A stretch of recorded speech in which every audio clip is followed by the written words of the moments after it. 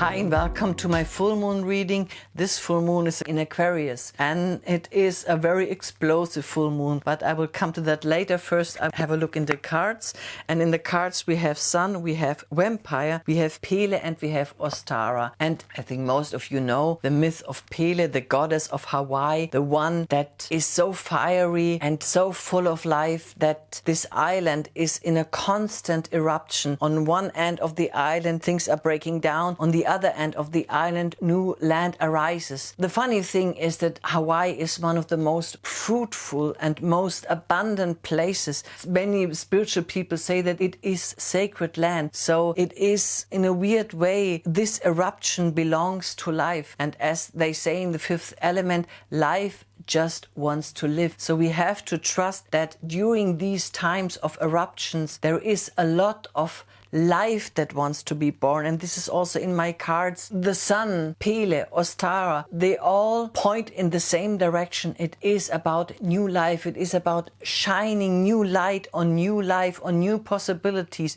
on new adventures. But with Vampire, we humans have a tendency that if it gets bumpy, if it gets eruptive, if we are challenged in our safety zone, then we step into negative behaviors. We step into behaviors out of fear. We try to control others. We try to, at the worst, to abuse others or be abused. Vampire is about abusal. It is about the myth of Narcissus. It is about coming into a very unhealthy form of self-love and into unholy alliances. I mean, Narcissus destroys Echo and destroys himself in the end. The danger is to become very destructive in our behavior out of fear, out of this fear of losing control in these eruptive times. And the advice from the card is trust this process, that something new is born right now. It is born in a very eruptive way and it is challenging us all, but it is a time of adventure, and in this time of adventure something very beautiful can be born with Sun and with Ostara and with Pele, something very sacred. But it is not an easy time for us, and we also see that in the astrology, where the Sun in Leo is in a square to Mars and the North Node and Uranus near Algol in Taurus, and in a square to the Moon and Saturn in Aquarius. So this T-square talks about this tension, talks about Mars-Uranus, entitlement, talks about, but this is in Taurus, this is what I own, this is what belongs to me, this is my land, this is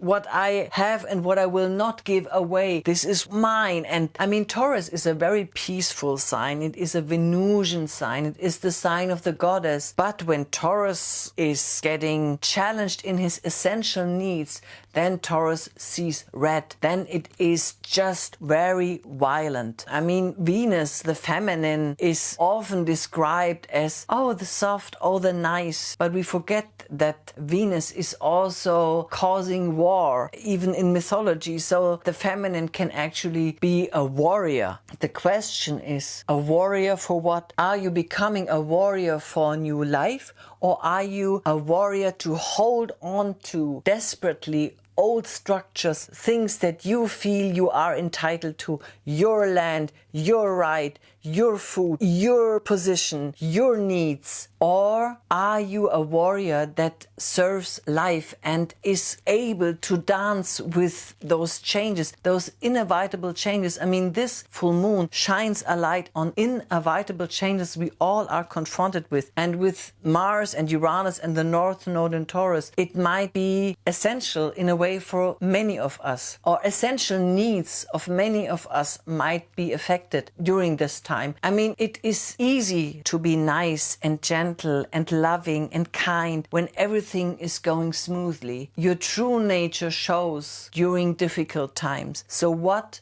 are you showing? Are you stepping into the vampire? Are you stepping into the destructive forces inside of you? Or Are you serving life? And the best way to serve life during this full moon is to step out of these wild forces that are now going on. And the solution will not arise if I'm part of the storm. Then I will be just thrown from one corner to the other. At least one part of me, or the part that is able, I have to find a way to step out of this storm for a moment. And only if I'm able to step out of this storm, I will be able to find the solution needed. I will be able to find the new path. I have to step out of the storm. And I would say during the next weeks, we have to be able to step out of the storm again and again and again.